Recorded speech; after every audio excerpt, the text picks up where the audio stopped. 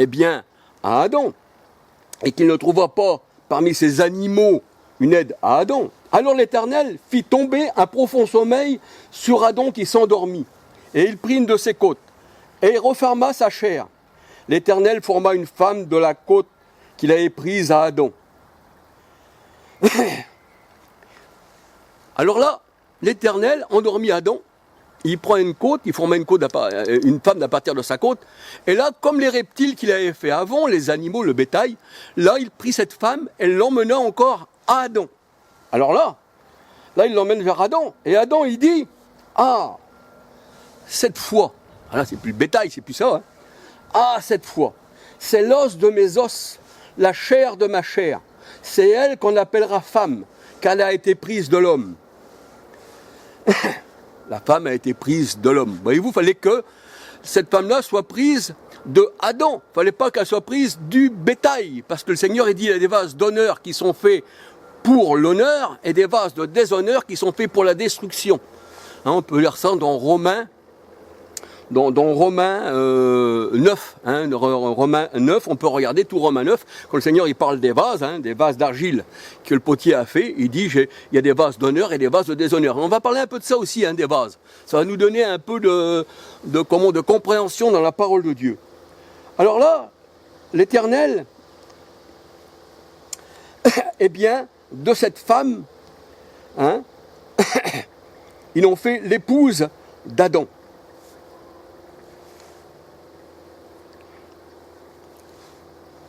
Et fait qu'elle soit prise, cette femme d'Adam, non des animaux, des champs. Genèse 2, versets 21 à 23. Genèse 2, versets 21 à 23. Et c'est vrai que ces gens-là, qui sont des vases, eh bien, ils étaient déjà déchus avant leur naissance. C'est pour ça que parmi ces animaux, parmi tous ces gens-là, le Seigneur n'a pas pris, eh bien, comment on va dire, une épouse pour Adam. Parce que Adam est la figure du Christ aussi. Hein. On va regarder un peu tout à l'heure hein, dans la parole de Dieu. Hein. Alors, parmi tous ces animaux-là, eh bien, l'Éternel n'a pas pris, Adam n'a pas pris d'épouse, et l'Éternel fit de la chair d'Adam, il prit une côte et lui fait une épouse.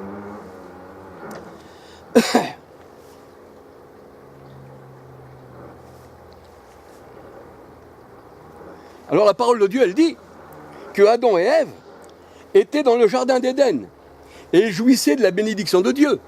Ah oui, parce que c'était le paradis, hein. Le péché n'était pas encore là, hein. Le péché n'était pas encore là dans le champ. Hein. Mais comme le Seigneur avait pris les animaux, les reptiles, tout ça, mais qu'il avait fait rentrer dans le jardin d'Éden pour le présenter à Adam, il y avait donc ce serpent, ce reptile, cette méchanceté qui était là, ces hommes méchants. Alors le serpent, qui était le plus rusé des animaux des champs, que l'Éternel avait fait, Genèse 3, 1, 14, Genèse 3, verset 1, 14, il séduisit Ève.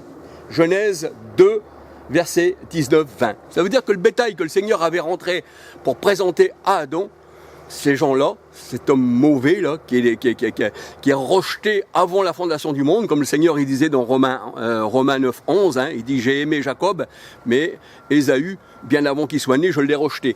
Hein, eh bien là, on voit que Genèse 2, verset 19, 20, eh bien que ce serpent-là, eh bien, il a pardon, séduit Ève.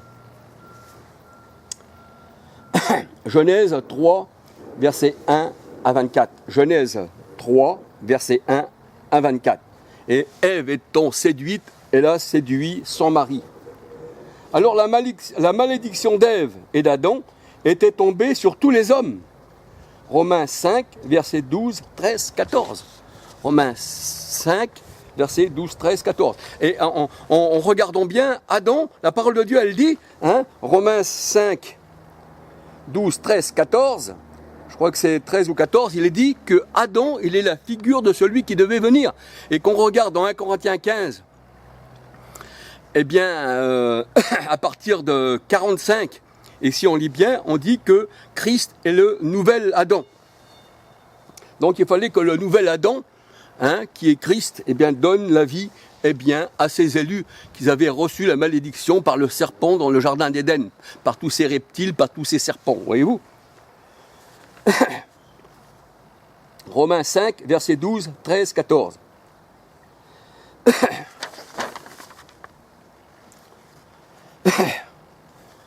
Alors, c'est là, hein, on dit que le jardin d'Éden, c'est aussi, quand on regarde bien le jardin d'Éden, comme on dit que le prince de Tyr était dans le jardin d'Éden, dans Ézéchiel 28, si on lit tout Ézéchiel 28, on verra que, eh bien, le prince de Tyr, là, eh bien, il était aussi dans le jardin d'Éden, il était sur la montagne sainte de Dieu. Le Seigneur a dit, je t'avais mis sur ma montagne sainte, et je te renlève de ma montagne sainte.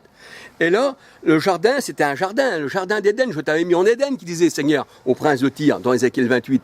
Et là, c'était la montagne sainte.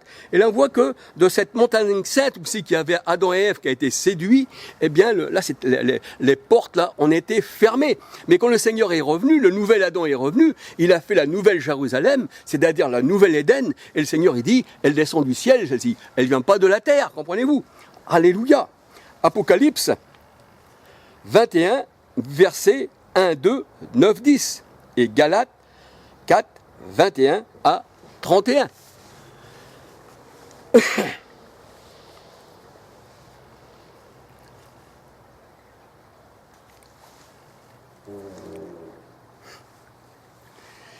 Et le Seigneur Jésus-Christ, comme je dis aussi, hein, quand je parle du serpent dans ma vidéo, hein, eh bien, Jésus, il est l'anti-serpent, il est anti-venin. Il fallait regarder à Christ. Hein, il est écrit dans Jean 3, 14.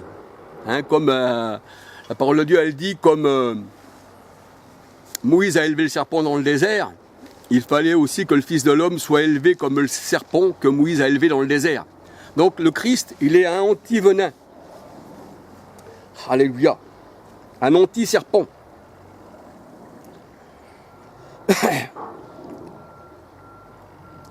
Et le Seigneur, il dit qu'il a vaincu les bêtes. Il a vaincu la bête, il a vaincu le serpent ancien. Et il dit même à ses disciples que quand vous partirez, quand vous irez évangéliser, eh bien vous marcherez sur les serpents. Et il dit, je voyais Satan, le serpent ancien, tomber du ciel. Mais tomber du ciel, ça veut dire qu'il tombe du ciel. Hein. Ça veut dire de sa royauté. Voyez-vous, il dit même, je monte au-dessus des étoiles de Dieu. Et les étoiles de Dieu, c'est quoi? Apocalypse 1:20, si ce n'est les anges du Seigneur. Et Hébreux 12, si on lit Hébreux 12, on voit que, eh bien, que la montagne de Dieu, c'est l'assemblée, eh bien, des premiers-nés. Et dont Jésus, il est le médiateur. Hébreux 12. Alors le Seigneur, il dit, je vous envoie, eh bien, marcher sur les serpents.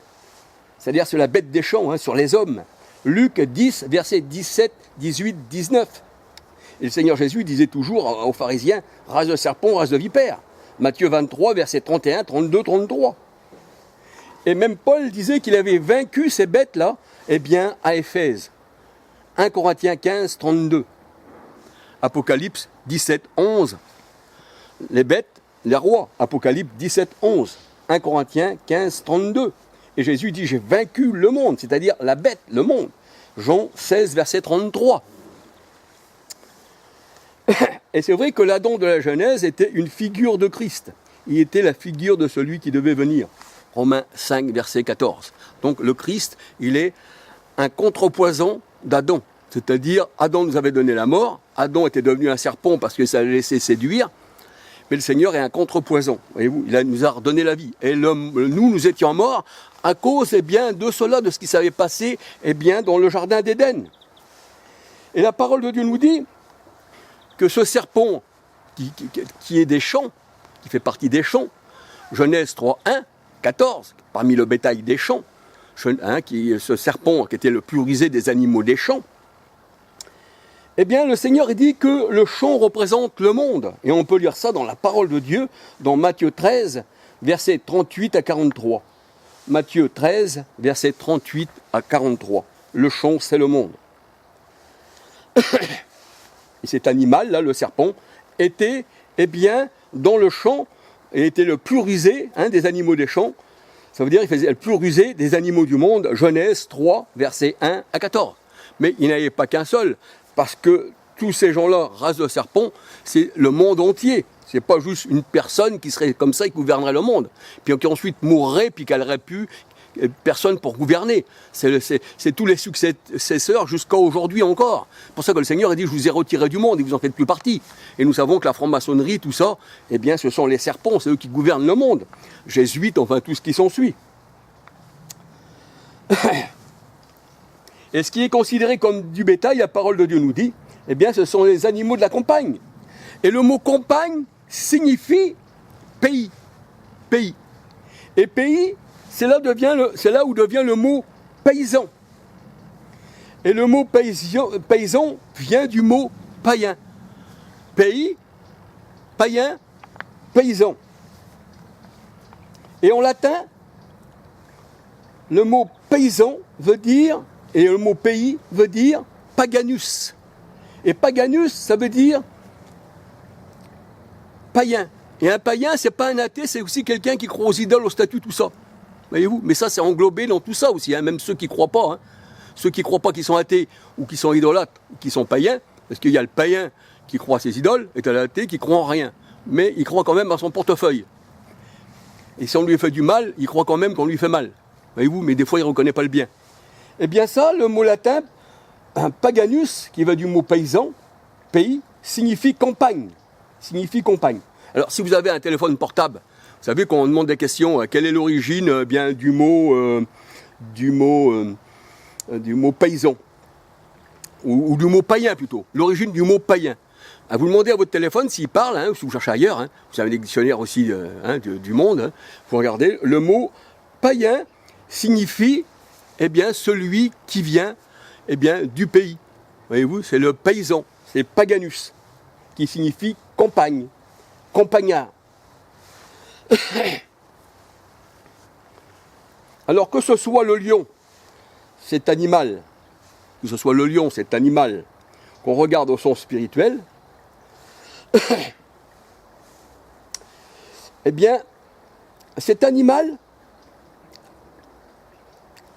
il peut avoir plusieurs faces, plusieurs sens spirituels. Ici, on peut lui trouver 4 sens spirituels. Alors, le lion, il peut monter, c'est le symbole aussi de la force. Le lion, c'est aussi la royauté. C'est pour ça que le Seigneur a dit que le monde entier, c'est la puissance bien, du diable. 1 Pierre 5,8, le lion rugissant, c'est la force, c'est aussi la royauté du monde. Mais le lion de la tribu de Juda, il est aussi bien, la force. Et il est aussi considéré bien, comme le roi de toutes choses, parce que c'est lui qui a tout créé. Voyez-vous? Alors, il peut avoir plusieurs sens spirituels, le lion. Il peut être soit le faux prophète, soit il est le lion de la tribu de Juda. Genèse 49, verset 9, et Apocalypse 5, 5. Alors, pour les faux prophètes, le lion, il représente, pour les faux prophètes, le lion représente les faux prophètes aussi. 1 Pierre 5,8, Sophonie 3,3 et Ézéchiel 22, verset 25 à 31. Alors il y a le lion et aussi le loup. Voyez-vous, tout ça c'est des bêtes en vérité. C'est des bêtes. Les animaux, la parole de Dieu nous dit, ils ont tous une chair différente. C'est comme le Seigneur, comme il a fait avec l'argile. Il a fait des vases, il nous dit la parole de Dieu, il est le maître de toutes choses. Alors il a fait avec l'argile un vase d'honneur qui fait pour l'honneur, et la parole de Dieu, elle dit, avec la même argile, il a fait un vase de déshonneur qui est un vase de destruction. Celui-ci, il l'a gardé pour la destruction, et il est le maître de l'argile. Romains 9, versets 21 à 22. Et le vase aussi, la parole de Dieu nous dit, ça représente aussi notre chair. Ça représente aussi l'homme charnel, en son entier avec ses pensées charnelles. Mais aussi le vase, comme il a plusieurs sens spirituels, il est aussi représenté comme étant notre chair. 2 Corinthiens 4, verset 7. 2 Corinthiens 4, verset 7. 2 Timothée 2, 20, 21, 22. C'est pour ça que le Seigneur dit, celui qui se sanctifie, eh bien, sera un vase d'honneur, tandis que celui qui ne se sanctifie pas sera un vase de perdition. 2 Timothée 2, 20, 21. 1 Pierre 3, verset 7, selon les traductions. Voyez-vous? Parce qu'il y a qui mettent pour les traductions, eh bien, pour vase, ils mettent sexe, et des fois, ils mettent vase. Alors, ça dépend des traductions, voyez-vous? 1 Pierre 3, 7. Et le Seigneur, il dit, vous voyez, toute chair n'est pas la même chair, mais autre est la chair des hommes, autre celle des quadrupèdes, autre celle des oiseaux, autre celle des poissons. Il y a aussi des corps célestes, c'est-à-dire les enfants de Dieu, les corps célestes, hein, comme la lune, le soleil, les étoiles, qui représentent les enfants de Dieu.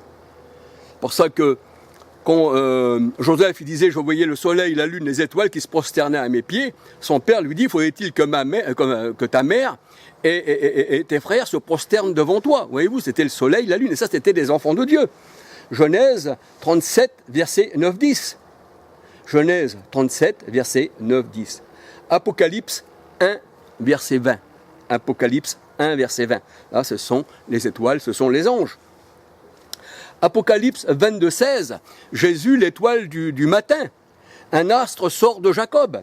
Apocalypse 22, 16 et Nombre 24, verset 17. Voyez-vous, on est comparé aussi à des astres, les enfants de Dieu. Mais il y a aussi des autres astres. Il y a aussi encore des gens, là, comme les reptiles, tout ça, c'est comparé aussi à des astres. Hein, le serpent, tout ça. Alors les astres, le Seigneur il les appelle les astres errants. Et les astres brillants qui représentent le soleil, parce que c'est les adorateurs du soleil, ces gens-là. Et ce sont des enfants de la malédiction. On peut lire ça dans Jude. Jude 13, astres errants. Et Ésaïe 14, verset 12. Ésaïe 14, verset 12. Alors on peut dire que les enfants de Dieu sont représentés par la lune, le soleil et les étoiles, mais aussi les autres sont représentés aussi comme des astres errants. Voyez-vous, donc c'est pour ça que le Seigneur a dit qu'il faut séparer tout ça. Il faut comprendre la parole du Seigneur.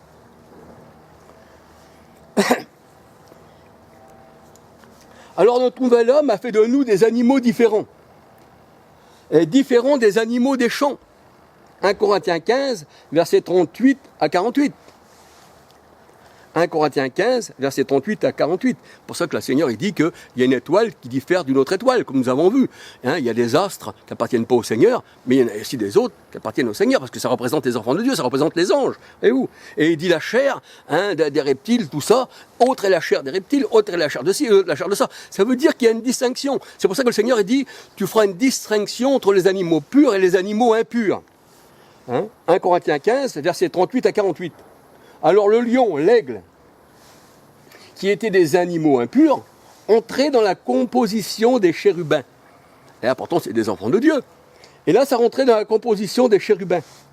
Ézéchiel 1, verset 10. Ézéchiel 1, verset 10. Et Apocalypse 4, verset 7. Et le Seigneur, nous savons qu'il est le lion de Juda.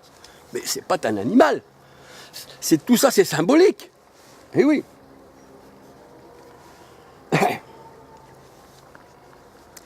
Et c'est vrai que sur ce sujet, il y aurait tant à dire. Et il faudrait beaucoup de temps pour expliquer toutes ces choses. Donc, j'ai jugé bon de regrouper tout cela pour pouvoir partager avec vous la parole du Seigneur. Mais vous savez que la parole de Dieu, c'est un repas. Heureux les invités au repas du Seigneur. Et l'homme ne vivra pas seulement de pain, mais de toute parole qui sort de la bouche de Dieu.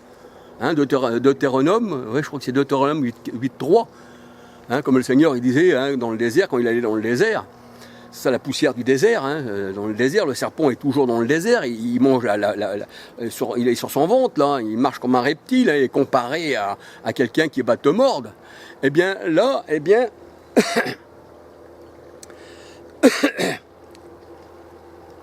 là on voit que le Seigneur, lui, dans sa parole, eh bien, il nous donne la compréhension de comprendre qui est ce serpent dans le désert. Le serpent dans le désert, ça représente le domaine du serpent, là où il vit. Ça représente, le désert représente là où il n'y a pas d'eau, là où rien ne pousse. Là, on trouve des scorpions, on trouve des chacals, on trouve des coyotes. Il y a même les lions du désert. Ben oui, Dans le désert, il y a les scorpions, il y a tout, enfin toutes sortes de bêtes, des vipères qui se cachent dans le sable. Voyez-vous, elle mange la poussière tous les jours. C'est la symbolique de l'homme méchant, tout ça là. Voyez-vous. Et là, le Seigneur nous parle de tout ça. Et le Seigneur, il dit, il faut que tu sépares ce qui est vil, c'est-à-dire ce qui est vilain, ce qui n'est pas bon, ce qui n'est pas beau.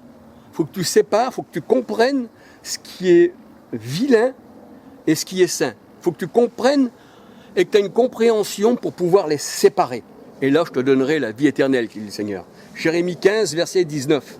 Jérémie 15, verset 19, il faut séparer. Parce que les gens, quand ils lisent la parole de Dieu, quand ils voient les animaux, hein, dans Genèse, tout ça, que le Seigneur a fait le ciel et la terre, si on le lit, si on prend les animaux, eh bien, au sens figuré, les uns pour les hommes méchants, et puis les autres aussi, eh bien, pour les enfants de Dieu, que le Seigneur leur a donné un cœur nouveau, avec un esprit nouveau, eh bien, si on lit comme ceci, on ne verra plus la parole de Dieu, eh bien, comme on voit avec des yeux charnels. C'est pour ça que le Seigneur dit que l'homme spirituel doit lire sa parole avec les yeux du cœur. Hein, que votre cœur soit circoncis. Et si notre cœur n'est pas circoncis, eh bien, on ne pourra pas comprendre. Donc, il faut comprendre la parole de Dieu.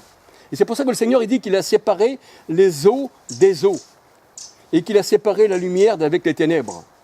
Et Jérémie 15, 19, il dit, si tu sépares ce qui est vil et ce qui est saint, je te donnerai la vie. Il a séparé les eaux d'avec les eaux et les ténèbres d'avec la lumière d'avec les ténèbres. Genèse 1, verset 4. 2 Corinthiens 6, verset 14 à 18. C'est pour ça qu'il dit qu'il y a-t-il entre la lumière et les ténèbres. Qu'il y a-t-il entre le Dieu vivant et les hommes morts, les statues, parce qu'ils sont comparés à des statues, les hommes. D'ailleurs, quand vous regardez mes vidéos, quand je parle l'or, les pierres, ici et ça, c'est comparé aux hommes. Et les pierres aussi sont comparées, les pierres précieuses, 1 Pierre 2, 4, 5, 6, sont comparées aussi, eh bien, ils représentent aussi les enfants de Dieu. Voyez-vous, alors que les pierres, d'un sens, comme les animaux, hein, les animaux qui sont vils, tout ça, hein, que le Seigneur avait présenté à Adam, eh bien, c'était vil, tout ça. Le Seigneur